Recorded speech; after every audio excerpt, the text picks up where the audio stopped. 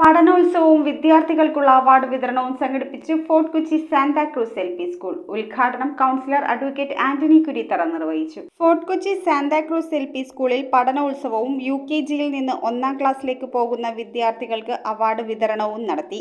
Councillor advocate Antony Kurithara പഠനോത്സവം ഉദ്ഘാടനം ചെയ്തു. വിദ്യാർത്ഥികളുടെ വേറിട്ട പ്രവർത്തനങ്ങൾ സ്കൂളിൽ നടക്കുന്നുണ്ടെന്ന് നേരിട്ട് പലതവണ കണ്ടിട്ടുണ്ടെന്നും കുട്ടികളിൽ സമഗ്രമായ മികവുകളുണ്ടെന്ന് മനസ്സിലാക്കാൻ കഴിഞ്ഞുവെന്നും ഉദ്ഘാടന പ്രസംഗത്തിൽ അദ്ദേഹം പറഞ്ഞു.